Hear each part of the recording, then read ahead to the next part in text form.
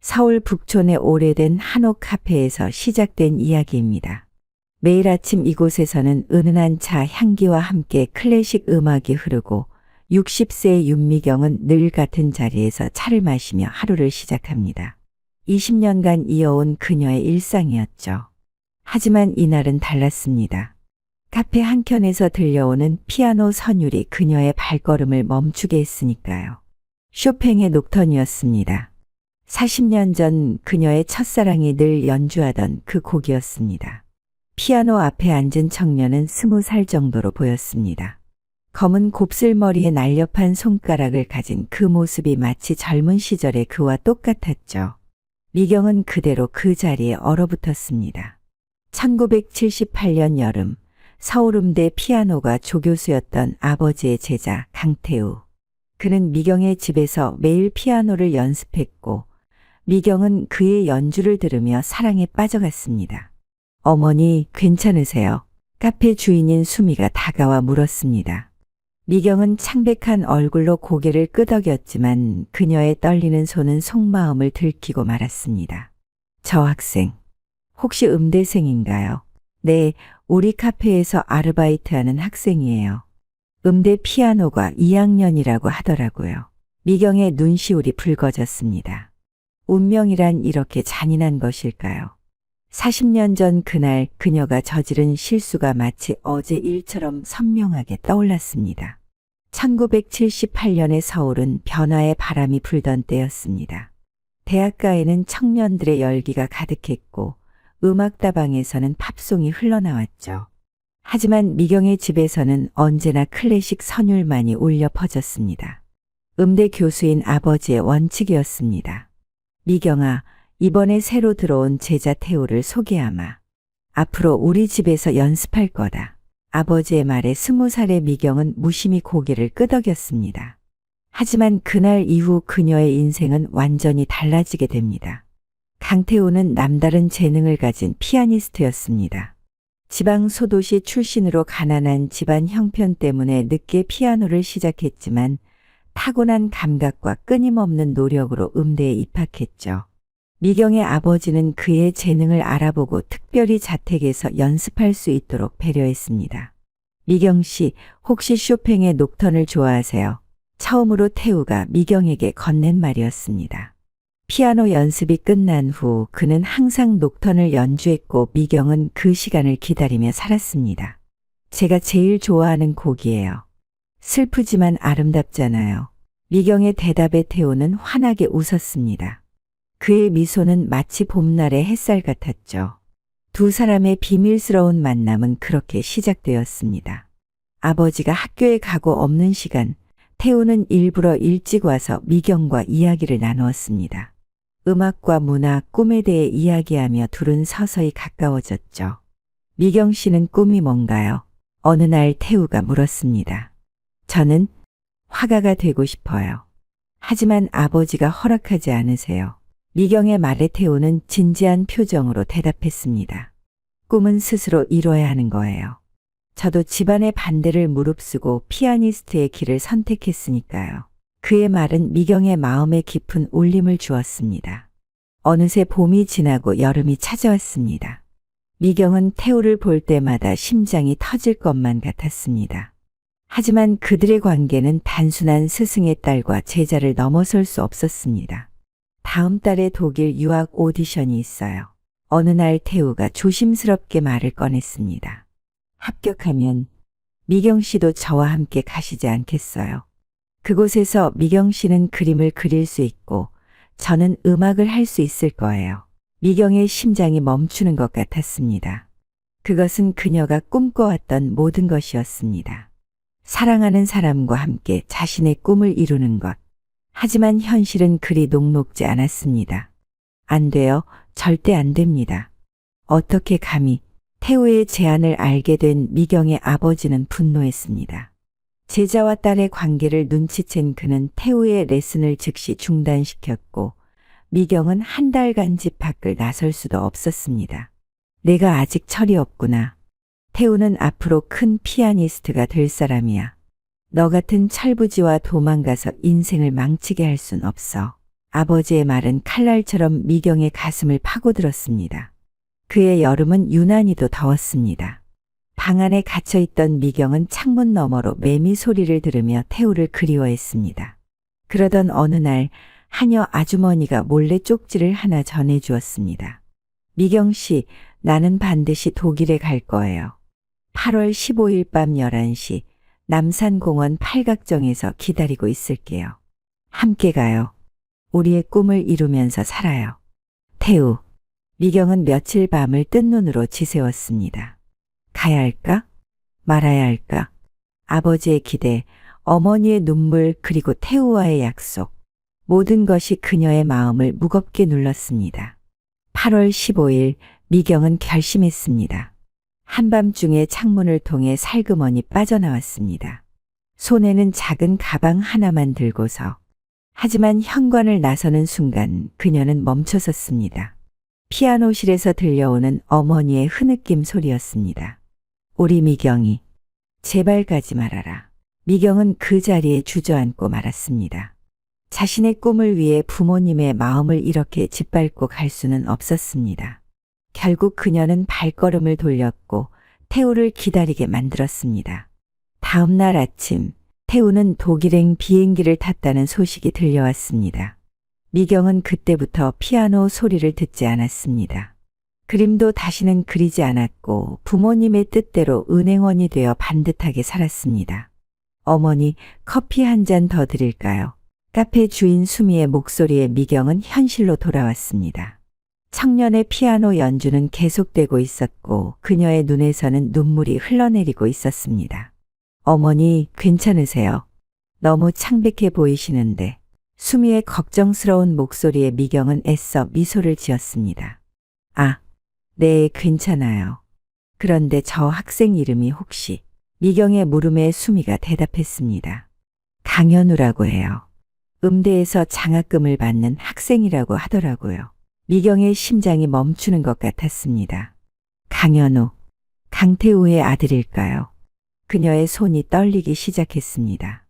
혹시 그 학생 부모님은?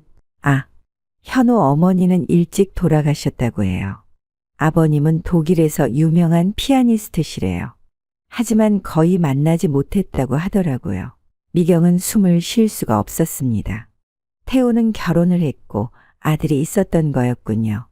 그는 자신의 꿈을 이루었지만 가족과는 멀어진 삶을 살았나 봅니다. 할머니, 제가 연주해드린 곡은 어떠셨나요? 현우가 다가와 물었습니다.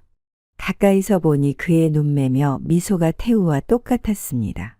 정말 아름다웠어요. 마치 40년 전 누군가의 연주를 듣는 것 같았어. 미경의 떨리는 목소리에 현우가 관심을 보였습니다. 혹시 음악을 전공하셨나요? 아니, 다만 젊었을 때 피아노를 좋아했을 뿐이에요. 그때였습니다. 현우의 주머니에서 스마트폰이 울렸고 그는 황급히 전화를 받았습니다. 아버지? 네. 지금 알바하는 중이에요. 네? 한국에 오신다고요. 미경의 심장이 쿵쾅거리기 시작했습니다. 태우가 한국에 온다니. 40년 만에 그를 다시 만나게 되는 걸까요? 현우 씨, 떨리는 목소리로 미경이 입을 열었습니다. 혹시 실례가 안 된다면 아버님께 전해주실 수 있을까요? 윤미경이. 그때 미안했다고. 현우의 눈이 커졌습니다. 혹시 할머니가 그 윤미경 씨신가요? 아버지가 항상 이야기하시던. 미경은 놀라움을 감출 수 없었습니다. 태우가 자신을 잊지 않고 있었다니. 아버지는 매년 8월 15일이면 쇼팽의 녹턴을 연주하세요. 그리고 한 여자분 이야기를 하시죠. 자신의 첫사랑이었던. 미경의 눈에서 눈물이 흘러내렸습니다. 그녀도 매년 8월 15일이면 남산 팔각정을 찾아갔었습니다. 물론 태우는 그곳에 없었지만 그날의 기억을 되새기며 자신의 선택을 되돌아보았죠. 아버지가 이번 주 토요일에 오세요. 서울대에서 특별 마스터 클래스를 하신대요. 현우의 말에 미경은 가슴이 떨려왔습니다. 혹시 그 전에 아버님께 제 연락처를 전해주실 수 있을까요? 떨리는 손으로 미경은 자신의 명함을 꺼냈습니다. 은행 지점장이라는 직함이 쓰여 있었죠. 그날 이후로 미경은 카페에서 현우의 연주를 들으며 하루하루를 보냈습니다. 그의 연주는 점점 더 태우를 닮아갔습니다. 젊은 시절의 태우처럼 정열적이면서도 섬세했죠. 어머니, 이거 보세요. 어느 날 수미가 클래식 음악 잡지를 들고 왔습니다. 세계적인 피아니스트 강태우 40년 만에 귀국 공연. 기사에는 태우의 사진이 실려 있었습니다. 흰머리가 듬성듬성 난 모습이었지만 여전히 그 시절의 눈빛을 간직하고 있었습니다. 독일에서의 40년. 이제는 고향에서 후학을 양성하고 싶습니다. 그리고 오래전에 찾지 못한 인연도 다시 만나고 싶습니다. 인터뷰 말미에 그 문장에서 미경은 가슴이 떨려왔습니다. 그녀도 이제는 준비가 된 것 같았습니다. 40년간 가슴 한켠에 묻어두었던 이야기를 꺼낼 수 있을 것 같았죠. 어머니, 아버지께서 답장을 보내셨어요. 현우가 들뜬 목소리로 말했습니다. 토요일 마스터 클래스 전에 이 카페에서 만나고 싶다고 하세요. 드디어 그날이 왔습니다. 아침 일찍부터 미경은 평소보다 더 신경 써서 단장을 했습니다. 흰머리는 자연스럽게 두고 40년 전 태우가 좋아했던 파스텔 톤의 원피스를 입었습니다. 카페에 들어서자 피아노 소리가 들렸습니다. 쇼팽의 녹턴. 그런데 이번에는 현우가 아닌 다른 사람이 연주하고 있었습니다. 미경 씨, 피아노 앞에 앉아있던 태우가 천천히 고개를 돌렸습니다. 40년의 세월이 무색하게 그의 눈빛은 여전히 그대로였습니다. 오랜만입니다. 미경 씨, 태우가 천천히 자리에서 일어났습니다. 그의 머리는 하얗게 새어 있었지만 피아노를 치던 손가락만큼은 여전히 젊어 보였습니다. 현우에게 이야기 들었습니다. 미경 씨가 매일 이 카페에 오신다고. 태우의 목소리가 떨렸습니다. 네, 우연히 현우 군의 연주를 듣게 되었어요. 마치 그때 그 시절로 돌아간 것 같았죠. 미경은 조심스럽게 태우 앞에 놓인 의자에 앉았습니다. 후회하셨나요? 태우의 질문에 미경은 잠시 침묵했습니다. 매일 후회했어요. 하지만 동시에 후회하지 않았어요. 부모님을 실망시키지 않았다는 것, 그분들의 마지막을 지켜드릴 수 있었다는 것, 알고 있었어요. 미경 씨가 얼마나 효심 깊은 분인지. 그래서 더 기다렸던 것 같아요. 언젠가는 다시 만날 수 있을 거라고. 태우는 주머니에서 낡은 종이 한 장을 꺼냈습니다. 40년 전 미경이 피아노실에 두고 간 습작 그림이었습니다. 이걸 아직도 가지고 계셨던 거예요. 미경의 눈에서 눈물이 흘러내렸습니다. 제가 독일에서 첫 공연을 할 때도, 크게 성공했을 때도 항상 미경 씨의 그림을 보며 위로를 받았어요. 그리고 현우의 어머니께도 미안했죠. 제 마음의 한켠에는 항상 다른 사람이 있었으니까요. 현우 어머님은 어떤 분이셨나요? 미경이 조심스레 물었습니다. 착하신 분이었어요. 제가 음악에만 빠져 살 때도 늘 이해해 주셨죠. 하지만 결국 제가 가족보다 음악을 선택하는 모습을 보며 많이 아프셨을 거예요. 10년 전에 돌아가셨어요. 태우의 눈에도 눈물이 고였습니다. 이제야 깨달았어요. 음악도 사랑도 혼자 완성할 수 있는 게 아니란 걸. 아버지, 어머니, 현우가 카페로 들어왔습니다. 그는 잠시 두 사람의 모습을 바라보다가 따뜻하게 미소 지었습니다. 혹시 제가 방해한 건 아니죠? 아니야, 현우야. 이리 와서 앉으렴. 미경이 먼저 자리를 권했습니다. 어색했던 분위기가 현우의 등장으로 한결 부드러워졌습니다. 어머니, 제가 아버지한테 말씀드렸어요. 어머니가 얼마나 제 연주를 열심히 들어주시는지. 현우의 말에 미경은 얼굴이 붉어졌습니다. 네, 현우 군의 연주를 들으며 많은 생각을 했어요. 내가 포기했던 꿈들, 그리고 지키지 못했던 약속들. 태우가 피아노 앞으로 자리를 옮겼습니다. 미경 씨, 혹시 그림은 더 이상 그리지 않으시나요? 아니요. 은행에 취직하고 나서는 붓을 잡지 않았어요. 다만 미경은 잠시 망설이다 핸드폰을 꺼냈습니다. 그리고 사진첩을 열었습니다. 퇴직하고 나서 조금씩 다시 시작했어요. 서툴지만 화면 속에는 미경이 그린 수채화들이 가득했습니다. 대부분 이 카페에서 바라본 풍경들이었죠.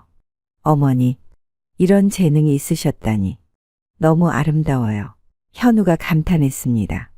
미경 씨, 우리 이제는 각자의 꿈을 다시 시작해보면 어떨까요? 태우의 제안에 미경은 놀란 듯 고개를 들었습니다. 제가 이번에 한국에 정착하려고 해요. 서울대에서 후학을 가르치면서 그동안 놓쳤던 것들을 찾아가려고요. 현우와도 더 가까워지고 싶고, 그리고 태우가 잠시 숨을 고르더니 이어 말했습니다.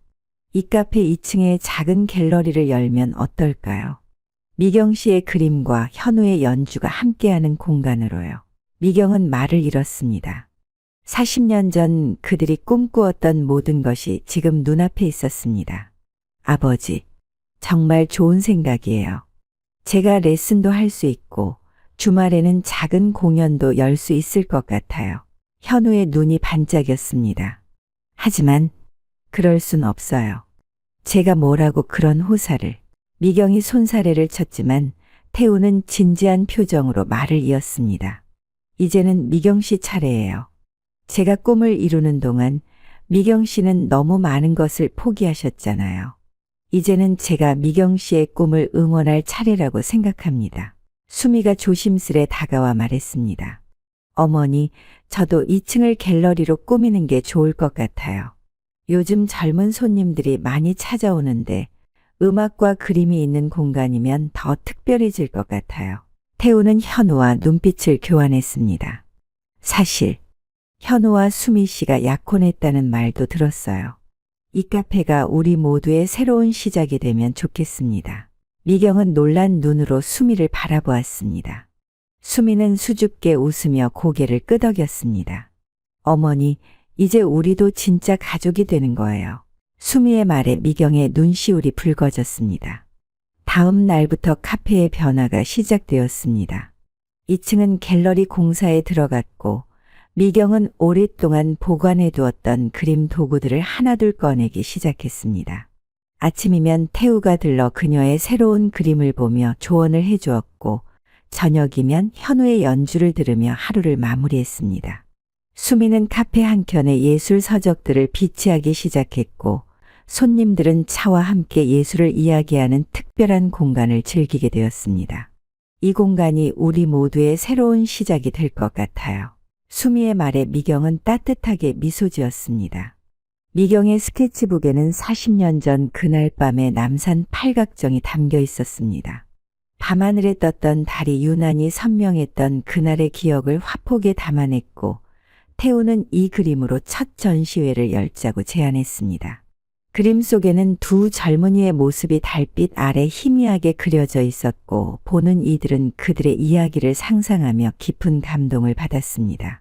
갤러리 공사가 한창이던 어느 날 미경은 오래된 사진첩을 들고 카페를 찾았습니다.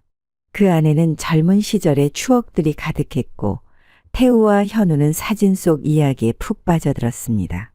특히 미경의 아버지와 제자들이 함께 찍은 사진들은 태우에게 특별한 의미로 다가왔습니다. 가을이 깊어가던 어느 날 갤러리의 마지막 공사가 끝났습니다. 오래된 한옥의 2층은 과거와 현재가 공존하는 특별한 공간으로 탈바꿈했습니다. 창밖으로는 북촌의 기와지붕이 보였고 은은한 조명 아래 미경의 그림들이 벽을 장식했습니다. 한쪽 벽면에는 40년의 시간을 담은 흑백 사진들이 걸렸고 중앙에는 그랜드 피아노가 놓였습니다. 피아노 위에는 미경이 그린 자화상이 걸려 있었고 그 옆으로 태우의 젊은 시절 연주 사진이 나란히 걸렸습니다. 전시회는 예상보다 더 큰 반향을 일으켰습니다. 40년 만에 피어난 첫사랑의 아름다운 이야기라는 제목의 기사가 실렸고 많은 이들의 마음을 울렸습니다.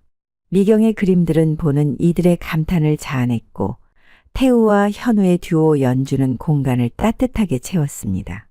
관람객들은 그들의 이야기에 깊이 공감했고 특히 나이 든 관람객들은 자신들의 젊은 시절을 떠올리며 눈시울을 붉혔습니다. 시간이 흐르면서 갤러리는 북촌의 명소가 되어갔습니다.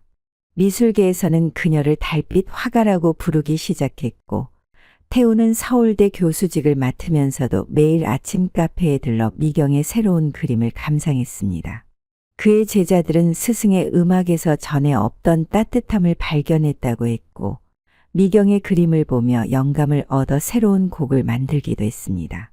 현우와 수미의 결혼식은 갤러리에서 열렸습니다. 태우는 아들을 위해 특별히 곡을 작곡했고, 미경은 신랑 신부의 초상화를 선물했습니다.